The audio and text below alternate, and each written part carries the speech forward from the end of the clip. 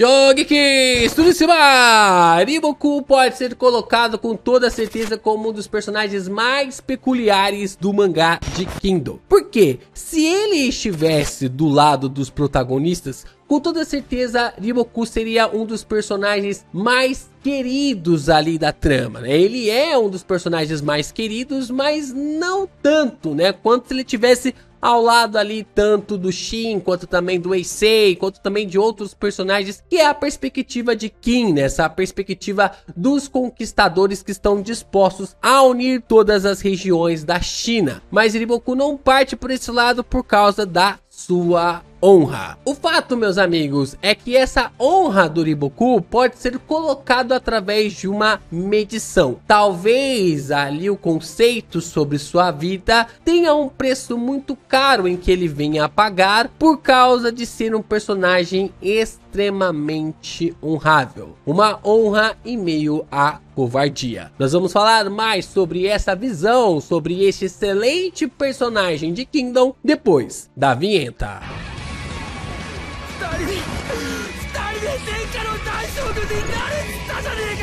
Bom, o Riboku é um personagem que ele carrega aquela característica muito singular que a gente gosta muito de acompanhar. É aquela pessoa que ascende, né? Aquele personagem que ascende, até então, pelo que eu sei, né? Ele ascende de origens humildes e acaba vindo ali, galgando novos cargos, galgando ali novos pontos para chegar ao posto de principal general de Zou. Isso é colocado através de um conceito de que o Riboku não queria estar ali. É aquela questão até mesmo dele querer ser um fazendeiro, dele querer ser apenas um fazendeiro, alguém que era cuidador de terras, queria ter suas próprias terras, ter sua família, ter seus filhos e viver em paz. Mas sempre a guerra lhe obriga a agir, sempre a guerra acaba lhe obrigando a entrar em ação. Seja ali através das investidas infinitas de Kin, seja através das artimanhas bizarras dos reis ali de Zou, o Riboku sempre é colocado contra a parede para defender a nação. Essa nação que sempre está lhe dando uma puta dor de cabeça, mas que ele ama tanto, né? Que ele consegue realmente ver que cada pessoa, cada criança, cada mulher, cada homem daquele país é extremamente importante para ele, e ele não quer que essa história toda seja apagada do dia para a noite, da noite para o dia, mediante a essa base de que se Kin vencer a Zou, todo o seu país, toda a história desse país será destruída. Mas o fato, meus amigos, é que depois ali do capítulo, do último capítulo que nós tivemos na relação do Riboku sobre os seus pensamentos, sobre os seus objetivos, sobre suas ideias, alguém finalmente colocou o juízo em sua cabeça de que por mais que ele ainda não pense como o Eisei, não deve pensar como o Eisei, ele precisa trilhar e começar o seu caminho. Ele precisa definitivamente começar a agir e realizar o seu caminho. Porque se ele não pensar, não tomar uma escolha e ficar em cima do muro, um trem chamado Kin, liderado por Eisei e também por Shin, vai lhe atropelar em breve. Meus amigos, nos últimos capítulos de Kingdom nós tivemos a oportunidade de ver uma das melhores discussões sobre a trama, né? Envolvendo a perspectivas e realizações e objetivos. Isso foi muito importante para entender um pouco mais sobre essa perspectiva ali do próprio Riboku, para que ele saísse do lugar. E para você sair do lugar aqui para esse vídeo, é importante você deixar o seu like, se inscrever aqui no canal e também compartilhar os nossos conteúdos por aí. Também é importante você se tornar membro aqui do canal, mandar o seu valeu e mandar o seu hypar. Você quer mais conteúdo de Kingdom aqui no canal? Quer de volta o Chama Acesa? Quer de volta aqui os conteúdos que a gente começou? Apoie a gente de uma forma mais precisa, através aqui de compartilhar os nossos conteúdos, se tornando membro ou mandando o seu valeu. Continue a fortalecer os nossos vídeos dessa forma. Bom, como nós vimos ali no último capítulo, nós tivemos um dos melhores diálogos, um dos melhores embates. Eu acho que dá pra dizer que desde o embate entre ali o Eisei contra aquele cara que queria ser o rei, e eu vou até investigar aqui, calma aí, espera um minuto. 2000 years Lembrei. Lembrei não, né? O Google me ajudou a lembrar. Que é o Ryofui. Desde esse embate que a gente teve entre o Eisei e o Ryofui, nós tivemos ali um grande debate relacionado ali ao próprio Riboku e também ao Seika-1. Foi muito interessante ver esse debate entre os dois personagens mediante ao último capítulo. E eu não fico tão intrigado em um debate desde esse debate ali do Eisei contra o Ryofui. E é muito interessante ver isso porque o Seika-1 abriu os olhos para o público e também para o Riboku de que ele anda questionando os caminhos dos outros, mas ele não tem um caminho para trilhar. O Riboku sempre é alguém que questiona os caminhos que as pessoas escolhem, que é aquele que realmente vai contra os caminhos que são apresentados ali para ele, mas ele sempre se recusou a lutar por um, ele sempre se recusa a lutar através de um caminho, e um dos últimos caminhos que ele tem se levantado contra é o caminho que nós tivemos sobre o Eisei. O Eisei, ele é um personagem que decidiu lutar por um caminho. Ele tomou essa iniciativa desde pequeno. Ele tem um sonho: unir todos os países debaixo da mesma bandeira, para que as guerras entre os chineses, né, para que a guerra entre aqueles povos termine, né? Finalmente, as grandes guerras envolvendo aos 7 países combatentes, as 7 nações combatentes, finalmente chegassem ao fim.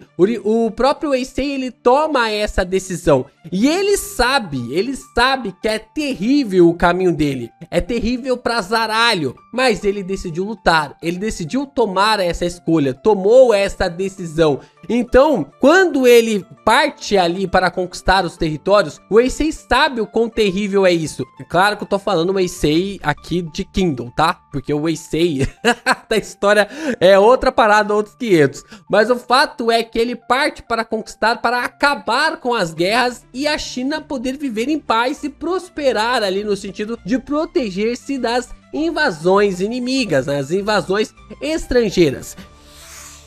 Então nós sabemos que esse caminho do Eisei é um caminho cruel, é um caminho terrível, mas ele decidiu, por mais terrível que seja esse caminho, o Eisei, ele decide trilhar essa jornada, diferente do Riboku. O Riboku, ele acusa que o caminho de paz que o Eisei almeja é o pior de todos. Quando ele fala isso, o Seika-1 até mesmo ri. E ele fala: você é muito bom de conversa, né? Você é muito bom ali de diálogo. Mas e suas ações? Onde que você vai colocar o seu planejamento? O que você tem pensado? O que você tem feito ali de concreto para mudar o que está sendo feito? Porque o rei de Qin, ele tá fazendo. Pode ser algo errado. Pode ser que você pense que seja algo errado. Mas o que você tem feito? Nós lembramos que nessa discussão entre o Riboku e o Eisei, ele fala que ele queria criar uma coalizão entre todas as nações. Só que o Eisei fala: o que adianta de eu fazer uma aliança contigo hoje,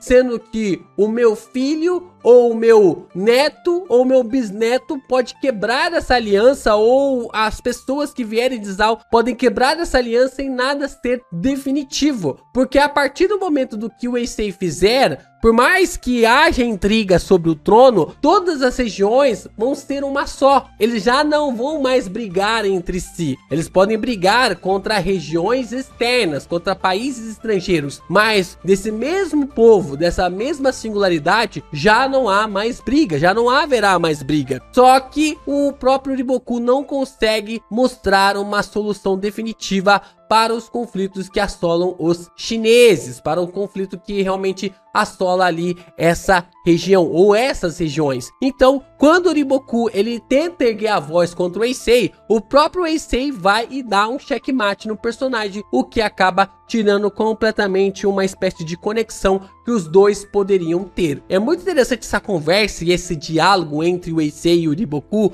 acontecendo exatamente nessa temporada, né? Porque na animação nós estamos acompanhando acompanhando agora esse ponto, né, dessa discussão. O primeiro episódio é logo ali esse debate entre o Eisei e o Riboku. E o Hara traz logo essa parte ali envolvendo o Seika-1, desse diálogo entre o Eisei e também o Riboku, o que mostra para o próprio Riboku que ele precisa tomar a decisão, ele precisa sair de cima do muro, ele precisa tomar a iniciativa, a ideia, porque senão isso vai levar ele em direção à morte.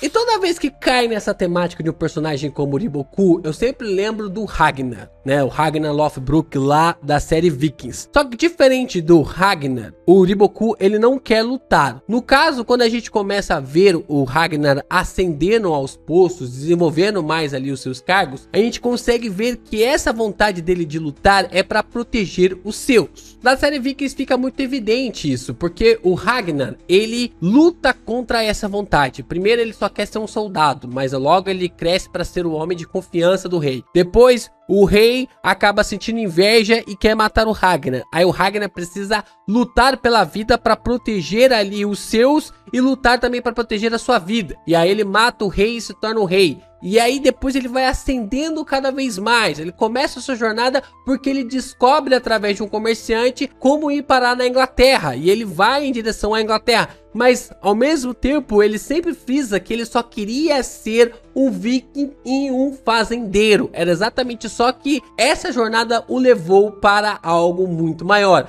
A mesma coisa acontece com o Riboku. O Riboku, ele não quer lutar, mas o povo quer que ele lute. O povo quer que ele lidere ali a guerra. Qualquer general poderia estar no lugar do Riboku. O Riboku poderia estar lá no fim do mundo, poderia estar lá em paz ali com a Ken, mas Zal precisa dele, porque se não tiver ele ali, quem vai atropelar total? E a gente percebe cada segmentações que o próprio Riboku vai colocando na trama, no próprio exército dele. Então isso sempre é carregado com altos pontos e relevâncias na sua história. Só que o Riboku, ele não só não quer lutar, mas ele precisa lutar porque o povo precisa dele, como também o Riboku, ele não quer ser rei, mas o povo quer que ele seja o rei. E esse é um ponto que o Seika-1 tá falando. Ele tá dizendo, você precisa decidir o caminho que quer trilhar. Você precisa decidir o caminho em que nós iremos trilhar. Porque não adianta nada a gente continuar aqui